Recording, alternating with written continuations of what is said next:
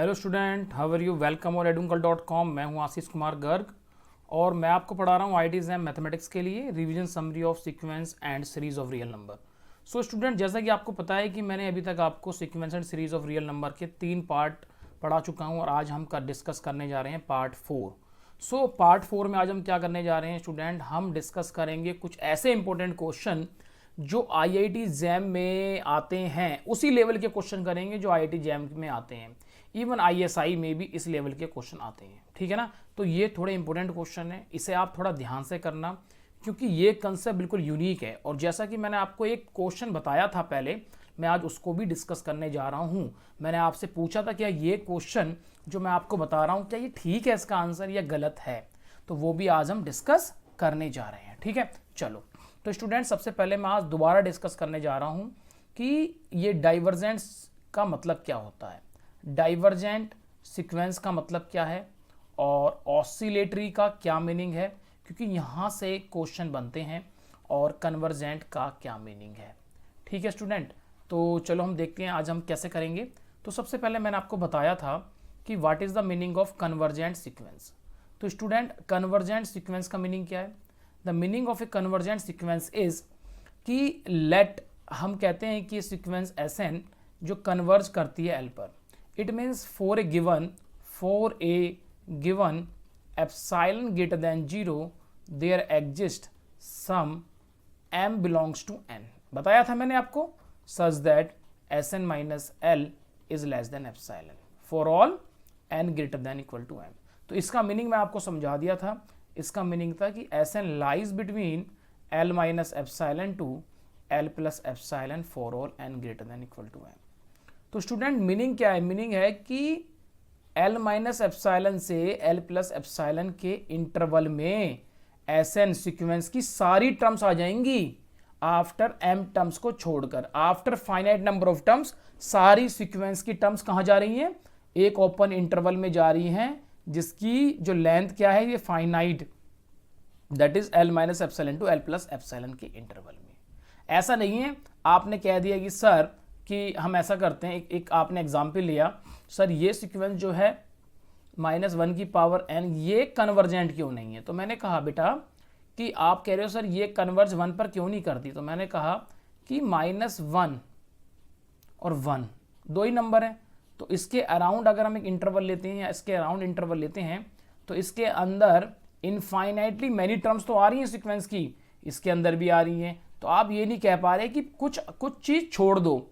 मतलब जैसे हम बचपन में करते थे ना, बड़े भाई छोटे भाई से क्या कहता था कि भाई 2 बर्फी तो तेरी हैं, 2 बर्फी लेने के बाद जो मिठाई आती थी घर में उसके बाद सारी मेरी हैं। तो वही सीक्वेंस कहती है। सीक्वेंस कह रही है कि अगर मैं कन्वर्जेंट की डेफिनेशन दे रहा हूं, अगर Sn converge to L it means after finite number of terms, finite number 2 ले ले, उसके बाद सारी मेरी हैं। मेरी है मतलब वो एक इंटरवल में लाई करेंगी, ठीक है ना। तो यह है कन्वर्जेंट की डेफिनेशन। अब मैं आपको बताऊं कि इसमें अगर every convergent sequence is bounded, तो एक बहुत अच्छा क्वेश्चन आया हुआ है कि अगर कोई सीक्वेंस कन्वर्जेंट होती है तो वो सीक्वेंस बाउंडेड होगी, ठीक है। अच्छा, अगर कोई सीक्वेंस बाउंडेड है तो कन्वर्जेंट नहीं है। अगर कोई सीक्वेंस बाउंडेड है तो या तो वो क्या होगी, कन्वर्जेंट होगी, या फिर क्या कहोगे, ऑसिलेटरी होगी। ऑसिलेटरी में भी 2 टाइप होते हैं, बताता हूं मैं भी आपको, ऑसिलेटरी, फाइनाइटली। तो अगर कोई सीक्वेंस बाउंडेड है तो या तो वो कन्वर्जेंट होगी या ऑसिलेट करेगी फाइनाइटली। कन्वर्जेंट तो आपको पता ही है, ऑसिलेटरी फाइनाइट का एग्जांपल है -1 की पावर n। मतलब वो सीक्वेंस बाउंडेड भी है और वो कन्वर्ज नहीं कर रही है। मतलब वो कन्वर्ज, ऑसिलेटरी फाइनाइटली का मतलब है a non convergent sequence, a non convergent sequence which is bounded.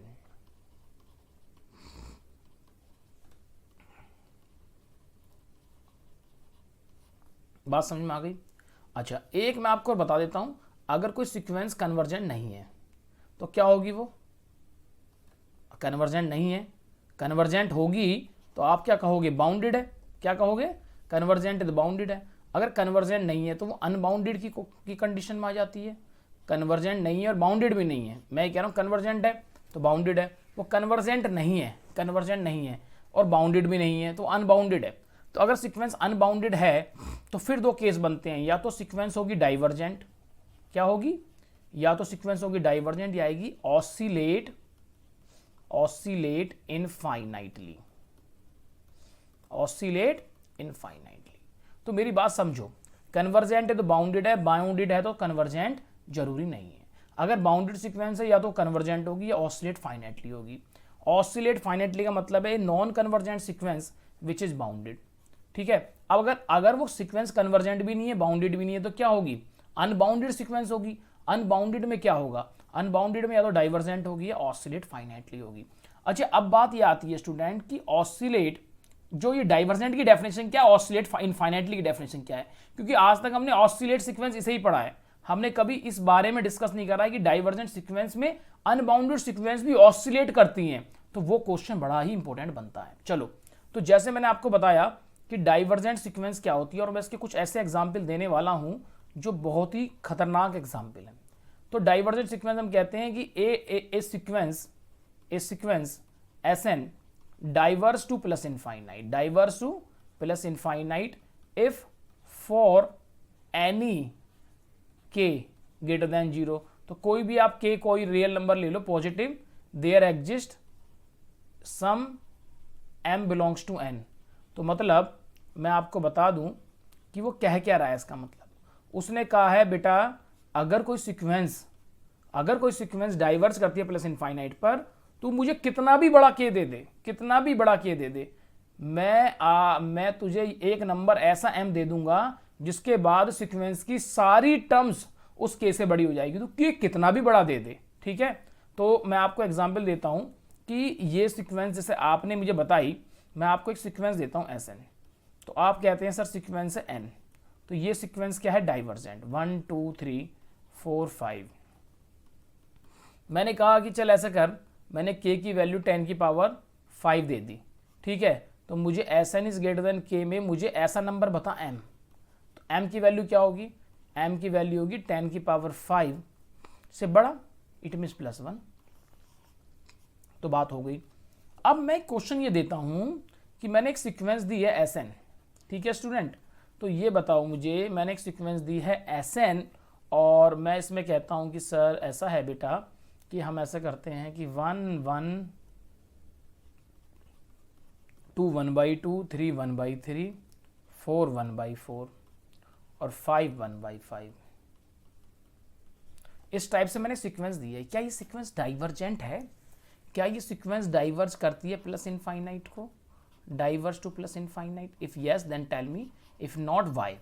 तो स्टूडेंट इसका आंसर आप इस वीडियो को पॉज करके देख लेना, इस पॉज करके इसका आप आंसर निकालना और मुझे बताना सर इसका आंसर क्या आता है।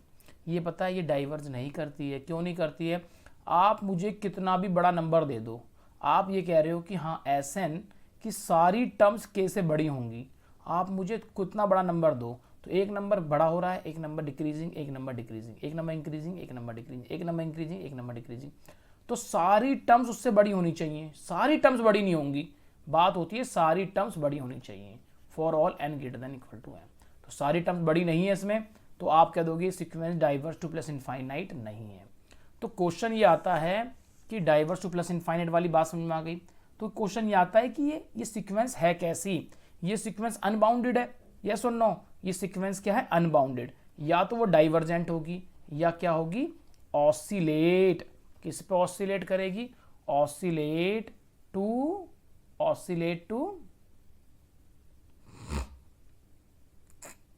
किस पे ऑसिलेट करेगी, ऑसिलेट इनफाइनाइटली। तो ये सीक्वेंस कैसी होगी, ऑसिलेट करेगी infinitely. The point is clear?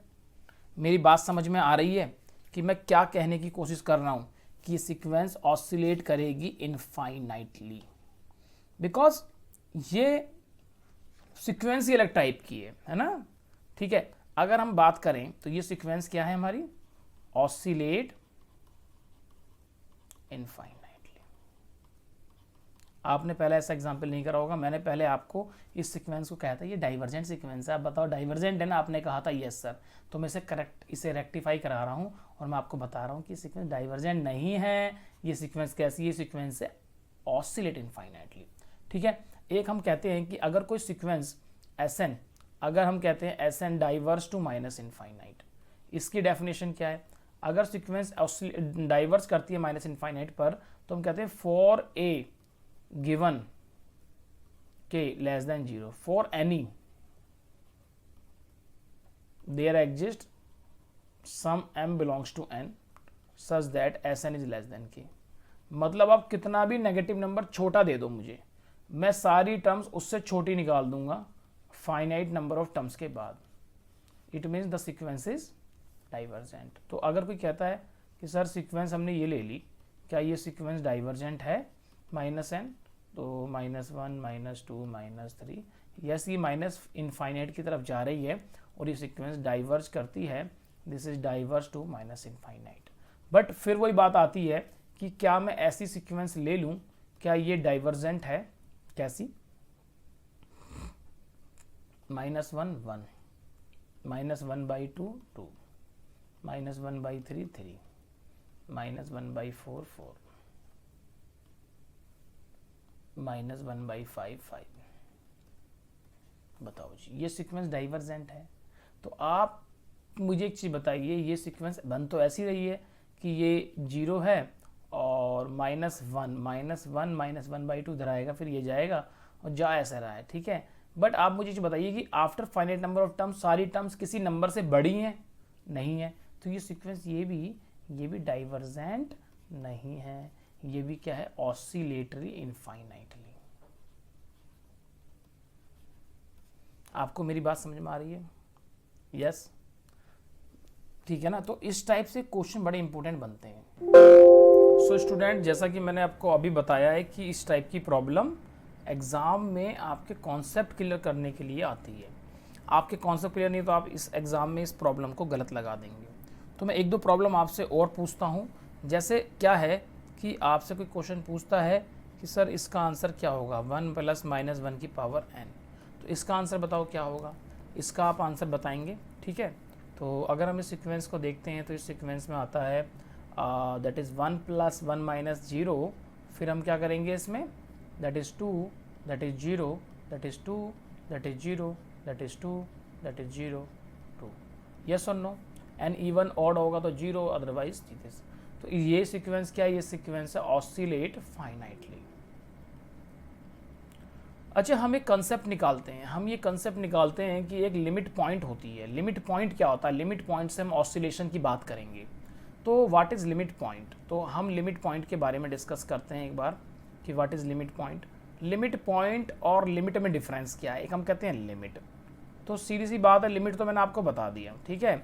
Limit of A sequence, तो लिमिट ऑफ ए सीक्वेंस आपको पता ही है, एक सीक्वेंस है Sn जो L पर कन्वर्स करती है, तो हम कहते हैं L is the limit, L is the limit, limit n tends to infinite Sn is L, okay. And मैं कहता हूँ कि अगर सीक्वेंस L पर कन्वर्स करती है तो L is the limit and the limit of A sequence L is unique, ये यूनिक होती है, ठीक है। और अगर हम बात करते हैं लिमिट के लिए कि अगर Sn कोई सीक्वेंस है जो कन्वर्स करती है L पर, तो L is unique and Sn is bounded, ठीक है। तो मतलब, और मैं आपको बता दूं कि अब लिमिट पॉइंट की डेफिनेशन क्या है। लिमिट पॉइंट की डेफिनेशन कहती है कि अगर Sn एक सीक्वेंस है, हम कहते हैं L and L is a limit point.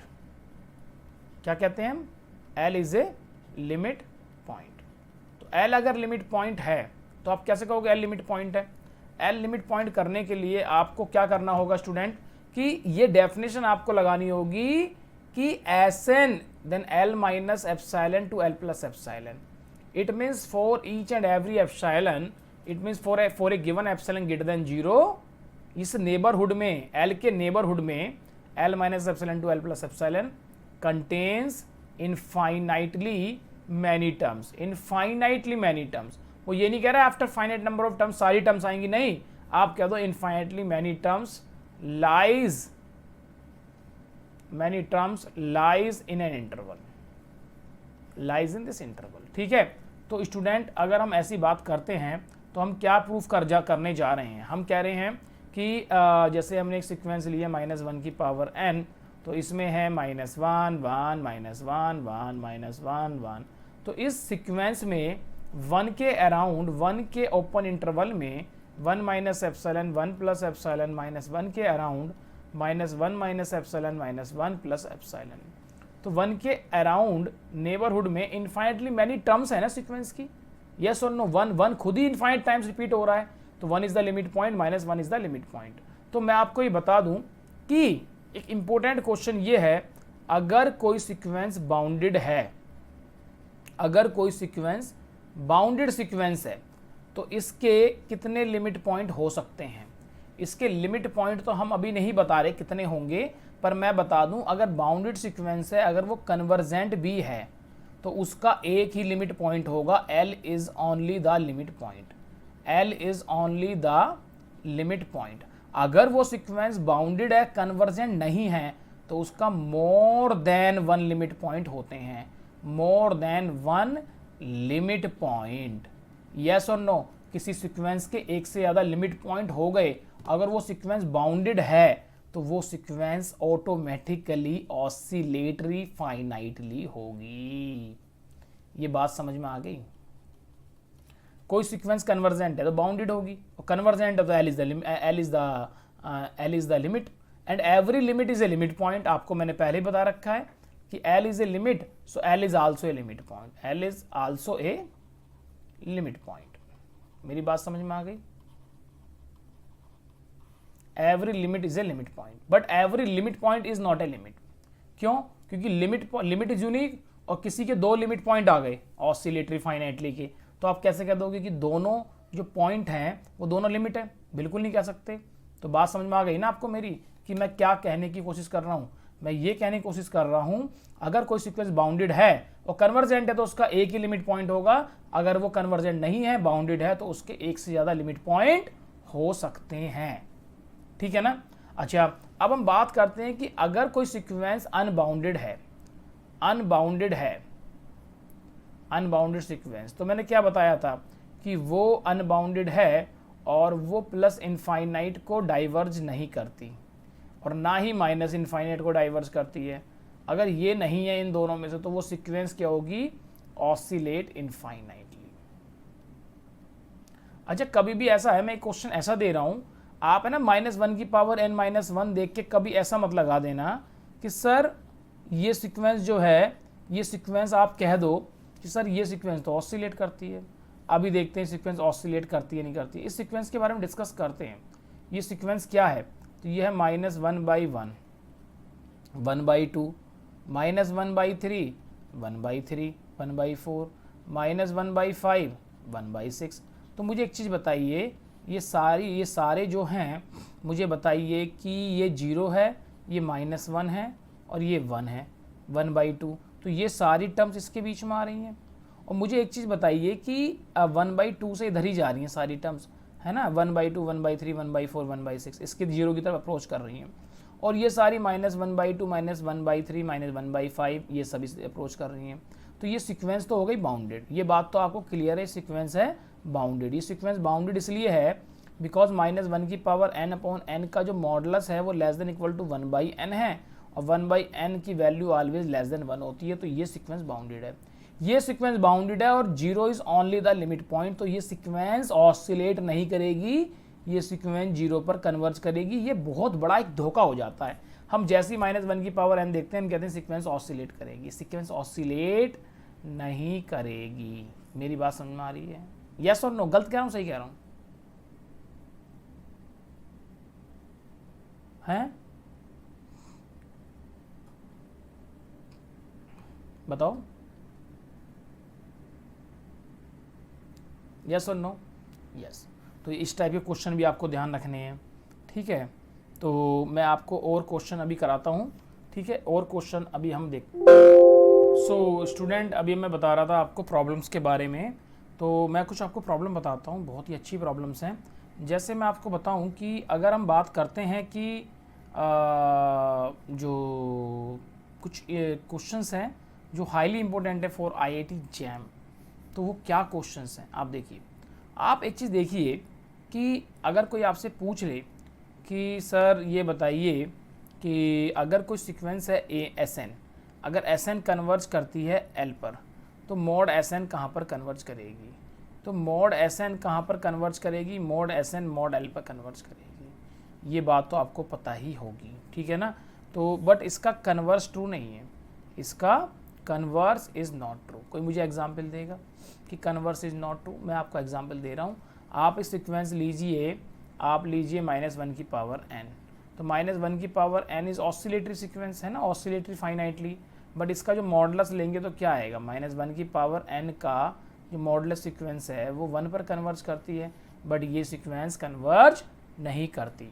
अच्छा, अब मैं एक बात और आपसे पूछने लगूं कि आप ये बताइए मुझे कि अगर आपके पास कोई सीक्वेंस an है, an कन्वर्ज करती है l पर और bn कन्वर्ज करती है l डैश पर, तो आप कह सकते हैं ना कि जो an प्लस bn सीक्वेंस है वो, या फिर an माइनस bn है, वो कन्वर्ज करेगी l प्लस l डैश पर या l माइनस l डैश पर। अब क्वेश्चन आता है कुछ अलग।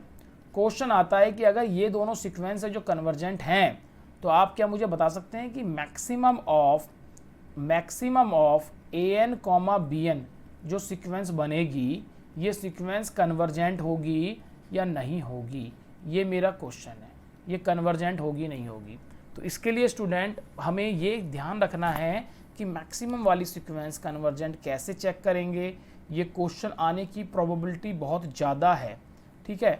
तो ये क्वेश्चन, ये भी क्वेश्चन है, कन्वर्जेंट होगी डाइवर्जेंट होगी। चलो हम देखते हैं प्रॉब्लम, हम सोचते हैं कैसे करेंगे। स्टूडेंट मैं आपको बताऊं maximise of a n b n का मतलब क्या है।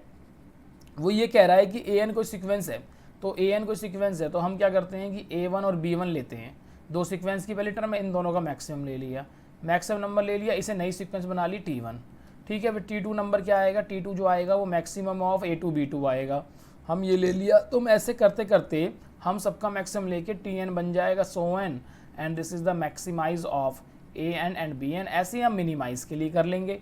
तो ये हम पूछ रहे हैं कि नई सीक्वेंस बनेगी ये Tn, ये कन्वर्जेंट होगी या नहीं होगी? अगर कन्वर्जेंट होगी तो मुझे बताइए कि कन्वर्स किस पॉइंट पर करेगी। अगर कन्वर्जेंट नहीं है तो मुझे प्रूफ कर दीजिए, सीधी सी बात है। तो अच्छा, आपको पता है ना कि जो सीक्वेंस है वो फंक्शन है। Sequence Sn is a function from A set of natural number two real number. तो मुझे आप ये बताइए, आपको ये पता होगा एक फंक्शन f और g है।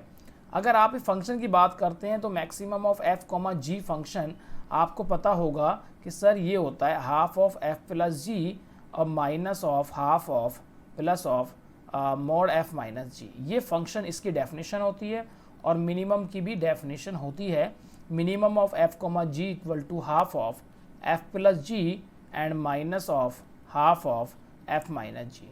तो मुझे ये बताइए कि अगर मैं सीक्वेंस की बात करूं, तो अगर हम कहता हूं कि कोई सीक्वेंस an है जो कन्वर्ज करती है l पर और bn है जो कन्वर्ज करती है l डैश पर, तो अगर मैं an, bn का maximum nth term, this is the nth term of a new sequence Tn, तो क्या होगी? ये होगी हाफ ऑफ, आप कह सकते हो sir this is an plus bn, and आप कह सकते हो minus of half of mod of an minus bn। तो मुझे ये बताइए कि क्या ये sequence an convergent, bn convergent, an plus bn convergent होगी? यस होगी।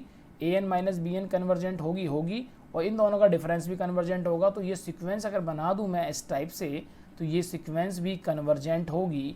और कन्वर्ज कहाँ करेगी? ये करेगी half of l plus l dash minus half of l minus l dash का मॉडुलस, ठीक है। माइनस नहीं प्लस, सॉरी, बिकॉज ये मैक्सिमम की ले रहा हूँ मैं। अगर मैं बात सेम ये कहूँ कि एक सीक्वेंस हम ले रहे हैं un, वो सीक्वेंस क्या है? वो है मिनिमम ऑफ an, bn। तो वो सीक्वेंस कैसी होगी? तो आपको पता है कि ये सीक्वेंस होगी किस टाइप की? Half of an plus bn and minus of half of mod of an minus bn। तो सेम प्रोसीजर कि ये सीक्वेंस भी कन्वर्ज करेगी half of l plus l dash minus half of and l minus l dash का modulus. तो ये भी convergent हो गई। बट मैं आपको बता दूं कि अगर ये दोनों सीक्वेंस आप कह रहे हो कि दो सीक्वेंस ए एन बी एन कन्वर्जेंट हैं, तो ए मिनिमम और मैक्सिमम दोनों सीक्वेंस कन्वर्जेंट है, but converse is not true, but converse is not true. आप देख लो कि कन्वर्स ट्रू है। मैं आपको देता हूँ काउंटर एग्जाम्पल देना पड़ेगा, कन्वर्स ट्रू नहीं है तो काउंटर एग्जाम्पल क्या है, मैंने एक सीक्वेंस ले ली ए एन इक्वल टू -1 की पावर n और बी एन सीक्वेंस ले ली जो है ओनली 1 सीक्वेंस। तो अब देखो इसकी टर्म्स क्या आएंगी, इसकी आएगी -1 1 -1 ठीक है, ये सीक्वेंस आ गई। उसकी टर्म्स क्या आएंगी 1 1 1 1 1 1। अगर आप इन दोनों का मिनिमम लेंगे, इन दोनों का मिनिमम लेंगे, इन दोनों का मिनिमम लेंगे तो क्या आएगा हैं, आप बताइए मुझे। इन दोनों का मिनिमम मैक्सिमम लेते हैं तो क्या आता है, इन दोनों का मैक्सिमम 1। पहले मैक्सिमम वाली बात कर लेते हैं, मैक्सिमम ऑफ, मिनिमम वाली बात नहीं कर रहे, मिनिमम वाला इसमें आंसर अभी नहीं आ रहा ना, तो देखते हैं। तो मैक्सिमम क्या होगा -1 और 1 का, -1 और 1 क्या आएगा 1, और फिर लेंगे 1 और 1 का 1 आएगा, -1 और 1 का 1, तो मैक्सिमम ये आ गया। तो क्या ये मैक्सिमम वाली सीक्वेंस खाली 1 सीक्वेंस बन गई, तो ये कन्वर्स करेगी 1 पर, बट कन्वर्स ये सीक्वेंस कन्वर्जेंट है, ये सीक्वेंस कन्वर्जेंट नहीं है। अब मैं क्वेश्चन कहता हूँ कि मिनिमम वाली सीक्वेंस की बात करते हैं, तो मिनिमम वाली सीक्वेंस क्या लेंगे, मिनिमम इन दोनों में से सबसे छोटा, ठीक है, इन दोनों में से सबसे छोटा। तो अभी देखते हैं कैसे करेंगे अभी हम, है ना। तो अभी हम बात करते हैं, हम एक सीक्वेंस लेते हैं ए एन एक सीक्वेंस लेते हैं जिसमें आता है -1 1 -1 1 -1 1 एंड सो ऑन। और बी एन एक सीक्वेंस लेते हैं, ये भी ऑसिलेट है 1 -1 1 -1 1 -1। तो बताइए इन दोनों मिनिमम क्या है -1, इन दोनों मिनिमम क्या -1, इन दोनों मिनिमम क्या -1। तो इन दोनों की मिनिमम सीक्वेंस क्या बनेगी, minimum of a n comma b n जो सीक्वेंस बनेगी वो बनेगी -1, ये कन्वर्ज करती है -1 पर, बट ये सीक्वेंस दोनों ही कन्वर्जेंट नहीं है। तो इस बात से हम क्या प्रूव कर सकते हैं कि maximum of two convergent sequence is always convergent and minimum of two convergent sequence is always convergent and converse is not true। तो स्टूडेंट मैंने इसमें आपको बहुत ही अच्छी प्रॉब्लम, अच्छे लेवल की प्रॉब्लम्स कराई हैं और ऐसी ही प्रॉब्लम्स हम आगे करते रहेंगे, ठीक है ना। और अभी हम डिस्कस करेंगे और भी प्रॉब्लम, ठीक है। तो thank you very much for watching this video and I am teaching on edunkal.com sequence and series of real number part 4। Thank you very much।